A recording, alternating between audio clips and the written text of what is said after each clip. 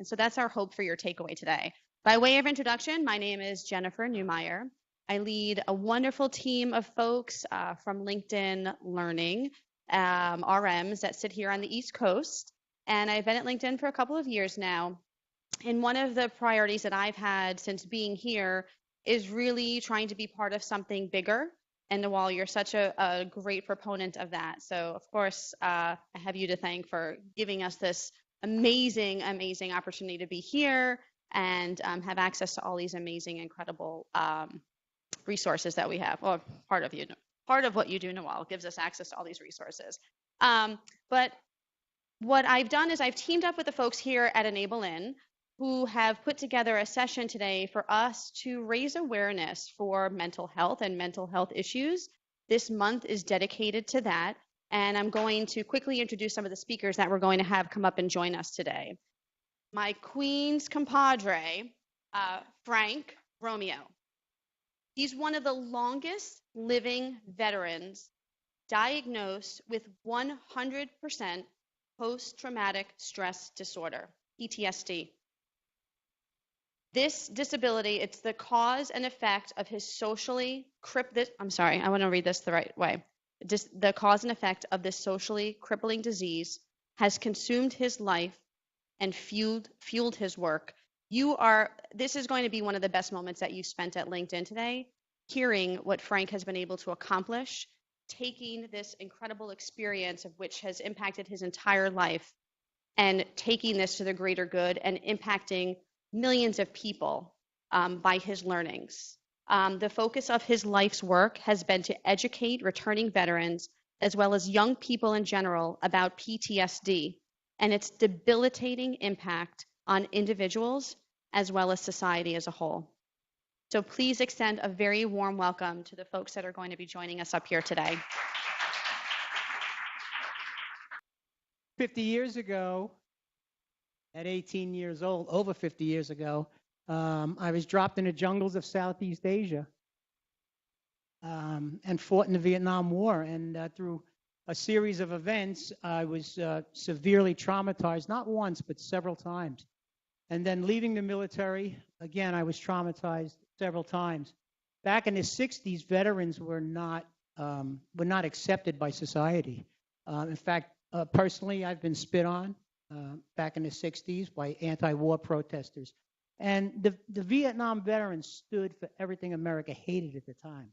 So this was actually the perfect storm developing for PTSD, an entire generation of men ostracized by society. And when I lecture, I travel all over the country lecturing, and even young teachers, they have no concept of what it was like here in the 60s with veterans and what we went through. For the next 20 years, I exhibited the classic symptoms of PTSD. Of course, back then, there was no such thing as PTSD. It was called Vietnam War Syndrome.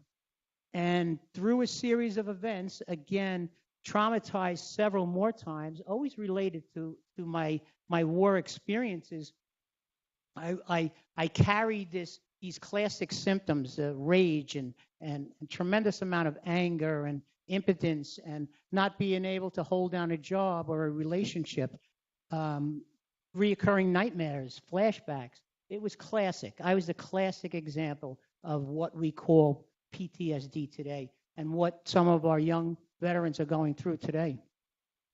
It was not until midlife that, again, through a series of events, that I realized that this is who I am. This is maybe a natural phenomenon, and this is part of me. And rather than fight it, I learned to embrace it. And as you see, I identify as a survivor. I do that to empower others to embrace their disabilities, no matter what they are, and to go from the victim mentality to the survivor mentality, no matter what your disability is. And I talk about this a lot, especially with young people. Well, during that epiphany, if you will, in midlife, I began to relive all my war experiences, both during the war, living in the jungles, being shot, killing people, And shortly after that, and I began to create art. And luckily, my trauma had erupted. PTSD, if you don't deal with it, if you don't deal with the traumatic event, it will surface. It'll fester and surface. And so mine suffered creatively. That a lot of my brothers committed suicide, went to drug and alcohol abuse, even to this day. There's so much going on in the veteran community you cannot imagine. And so I began to create this artwork. And again, being suppressed, that I wasn't allowed to express my feelings and emotions, not only personally. Tish touched on that, man up, and Meredith touched on it. Not only, that stigma attached to it, but society. There was no outlet like there is today. There was no veterans programs like there was today 50 years ago. And so this was the perfect storm developing for what the mental health and PTSD. And I began creating this artwork. And then it dawned on me. I had hundreds of paintings with hundreds of stories. And then it dawned on me, I was documenting the story of PTSD. I was not only documenting American history, I was documenting the emotional history of our country through art. As opposed to writing, I was creating artwork. It was my personal journal. It was my story and the story of the emotional history of veterans in my generation created in art. I began talking about it. I began to let others in only after I hid it away. Again, I was conditioned not to show it. I was conditioned not to express my feelings. Then when my artwork was discovered, the newspapers, it took on a life of its own, and the newspapers dubbed me the first closet artist. And they talked about suppressing our feelings. And I had an avenue now. I had a vehicle, and I used the art, and I traveled, and I talked to young people especially. And what I found in my travels, and I found in teaching, and I've been doing this for 30 years now, I found a disconnect.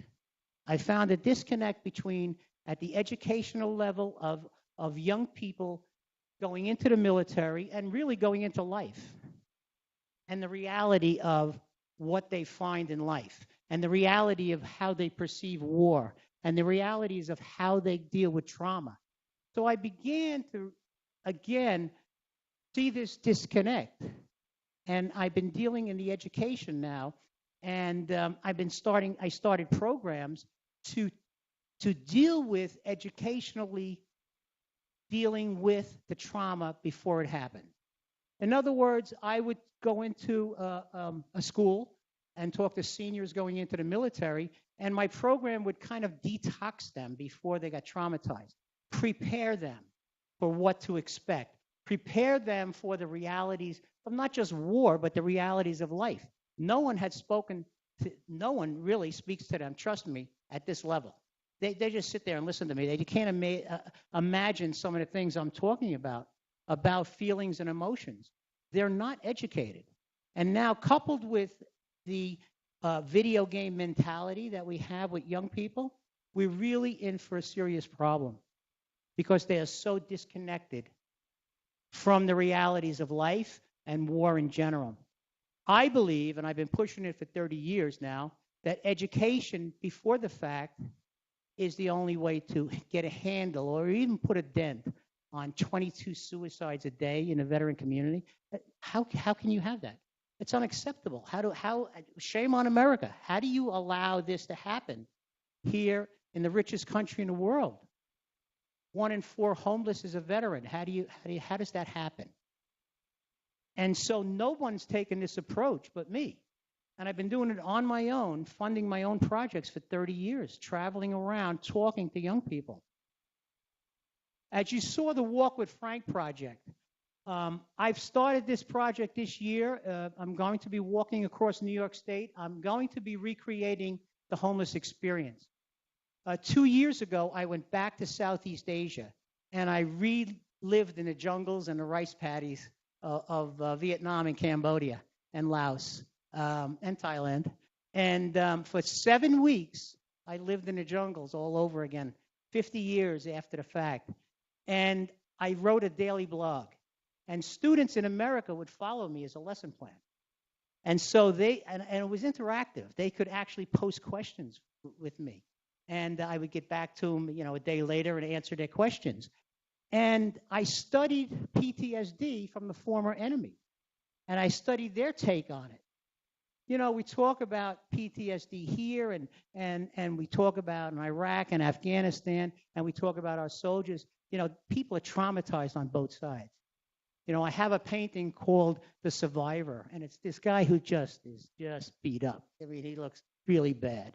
And, so it's kind of like there are no winners. Conflict of any kind, whether it be domestic or at the war level, has no winners. You can't be in conflict and come out the same person as when you went in. And so, I've been talking about these issues. And so I have this project now, and I modeled it after 2 years ago of going back and living in the jungles again. When it was feasible, I would Skype with classrooms, and it's never been done before in history.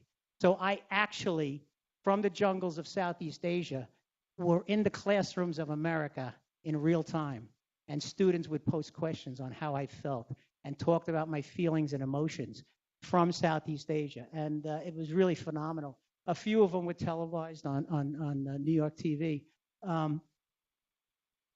But they had no concept, and they still have no concept.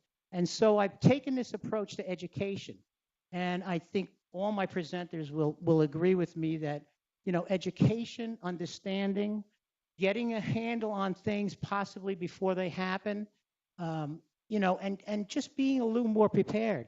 Don't be afraid to talk about it. Don't be afraid to open up. Don't be afraid to learn something new.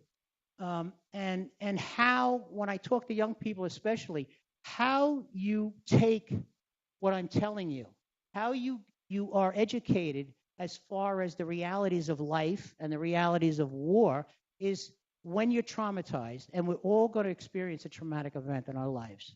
And I tell students this, whether you like it or not, you're going to lose the death of a loved one. You may be in a car crash. It's not just war. Trauma is trauma at any level.